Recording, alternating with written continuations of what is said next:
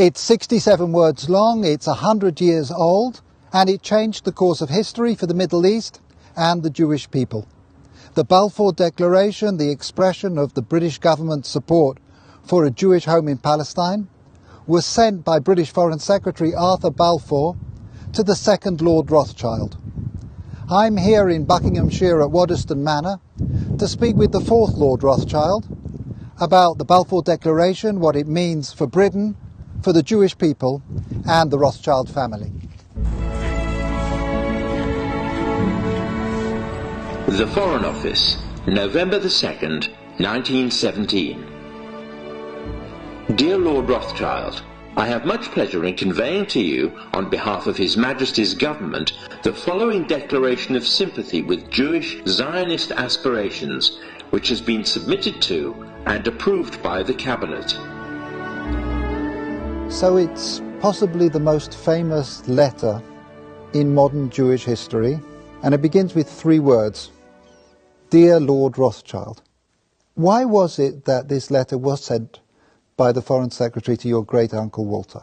It's an interesting question because he was really interested in ornithology, although he became interested in Zionism. I think the reason was this, that it was primarily a movement from Eastern Europe, but they didn't clarify who was in charge of that movement. And in addition, it was, after all, in Great Britain. So they felt that the Rothschild family should be the one to whom it was addressed. And Walter was Lord Rothschild, and he was a Zionist. And those really are the background reasons. So Walter received the Balfour Declaration, and I have a copy here. And I wonder if I could possibly ask you to read it for us. Yes, indeed. Yeah. I'm going to put on my spectacles to make sure I read it accurately.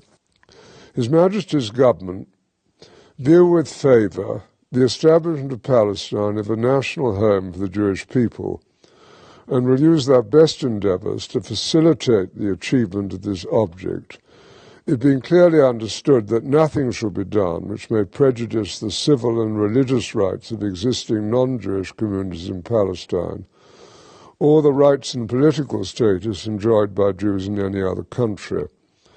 I should be grateful if you would bring this declaration to the knowledge of the Zionist Federation. Yours, Arthur Balfour.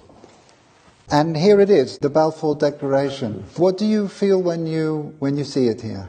I genuinely feel it's one of the most extraordinary moments in the history of the Jewish people. If you think it took 3,000 years to get to this, and then you say, how did this miracle happen?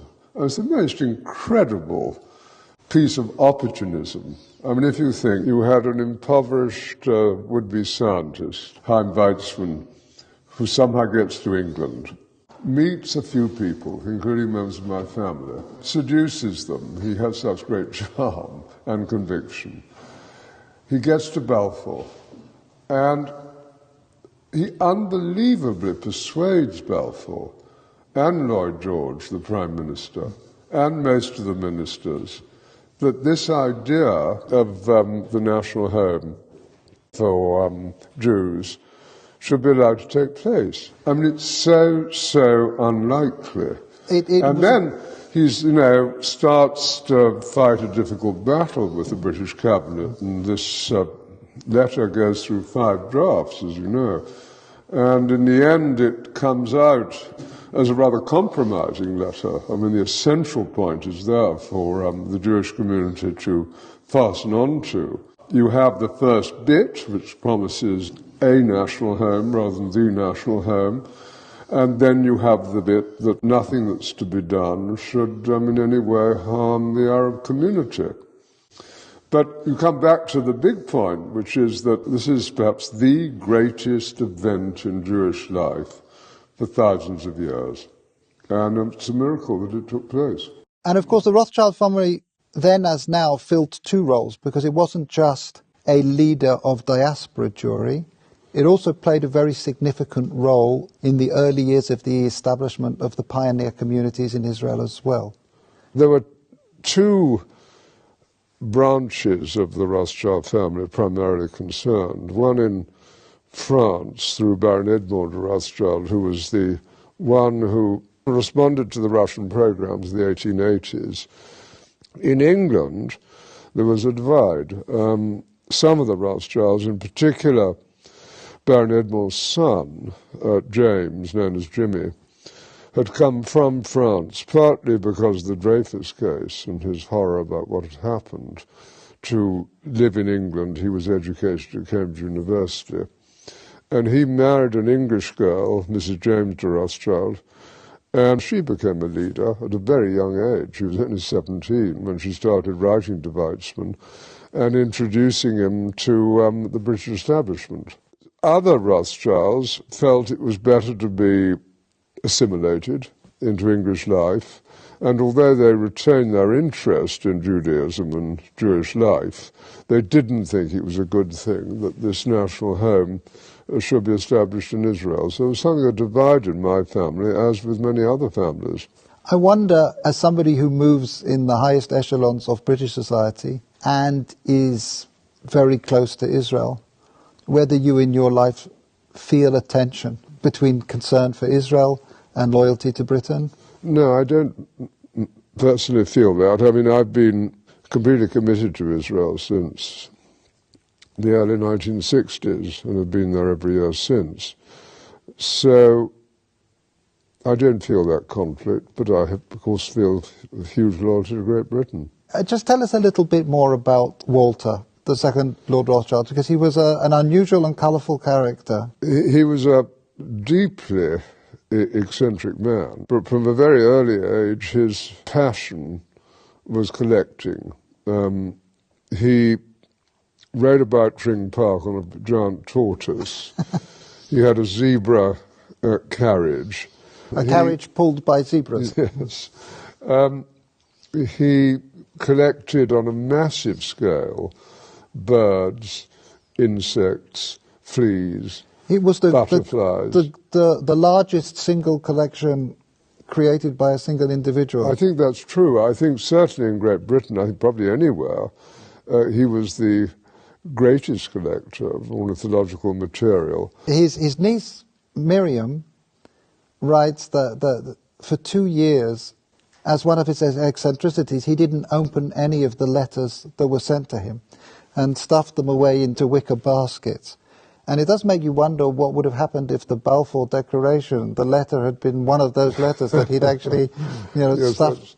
That's true. At that stage, and it's very difficult to quite understand why, he had taken a deep interest in what was happening about the possible Balfour Declaration. So maybe those letters would have got to the top of his pile. I just want to revisit for a moment your cousin Dorothy, who you mentioned, who at an extraordinarily young age, still in her teens, played such a critical role as a go-between and a facilitator for Chaim Weizmann. Can you say a little bit about that? Well, she married my cousin Jimmy when she was 17. So this is your cousin Dorothy, Dolly? Yep, Mrs. James de Rothschild. And from her teenage years onwards, she was a major supporter of Israel, wasn't she? Major supporter. I mean, she worshipped her husband, who'd been deeply committed, son of Baron Edmond.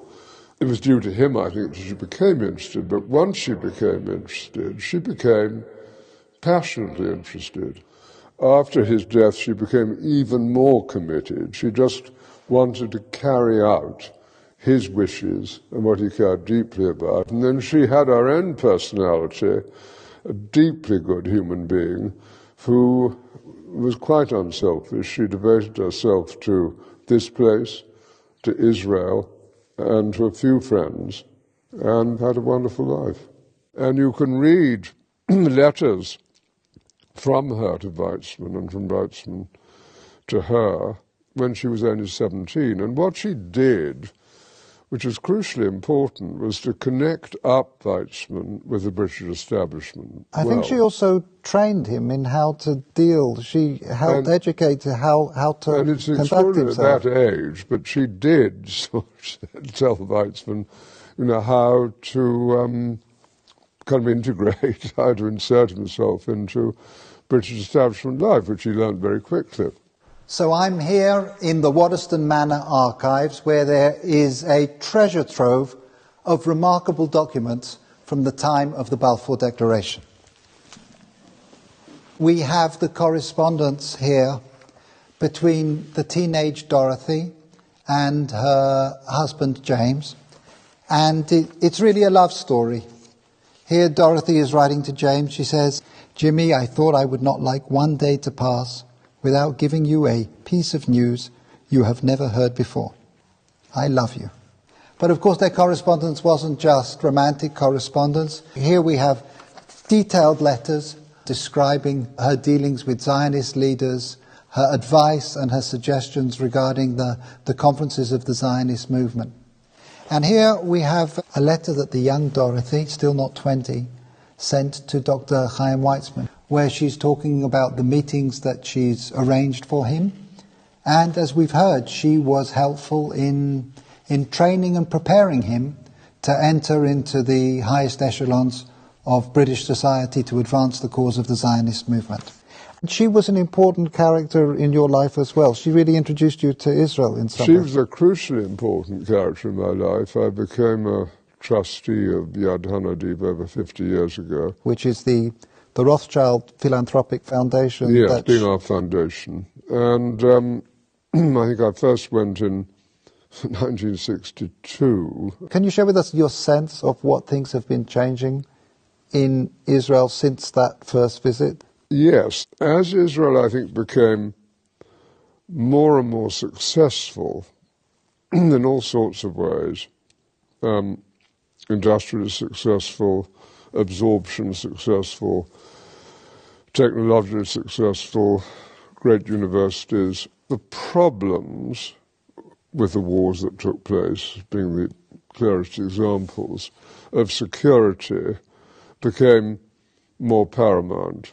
And so you did see a shift in Israel from kind of the liberal Western place that it had been in the early 60s to something of a very different character. And you also have a shift, of course, between communities in Israel. I mean, Israel is a patchwork of different immigrants from different countries. And you have the religious, you have the non-religious, you have a town like Tel Aviv, which is attractive to the kind of business community, to what I would call ordinary city life. And then you have Jerusalem, which remains a very religious city and full of conflict between Arab neighbors and itself. Those internal issues within the fabric of Israeli society are one of the main focuses of Yad Hanadiv.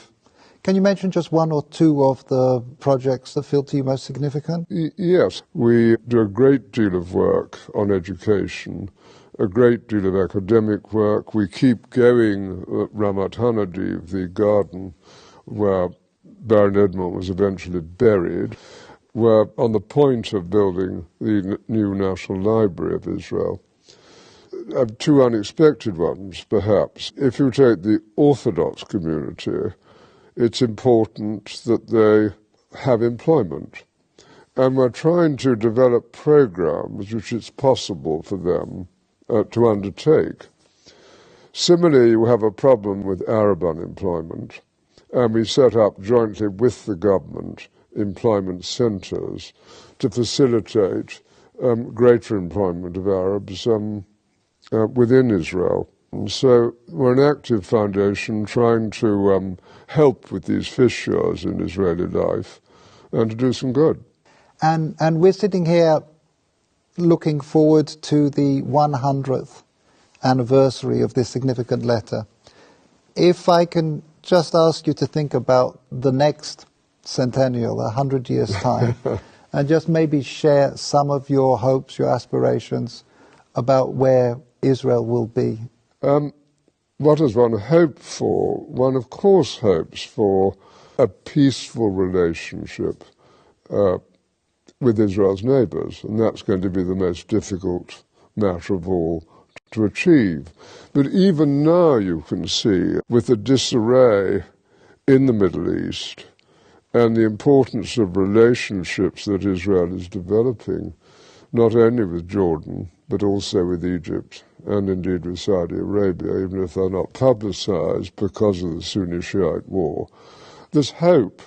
And I think if you take the need of Arab nations to have intelligence help, and if on the other hand you take compassion and generosity coming from Israel to Palestinian territories and its less fortunate neighbours, there are grounds for optimism, and I am an optimist. Lord Rothschild, thank you very much indeed. Thank you.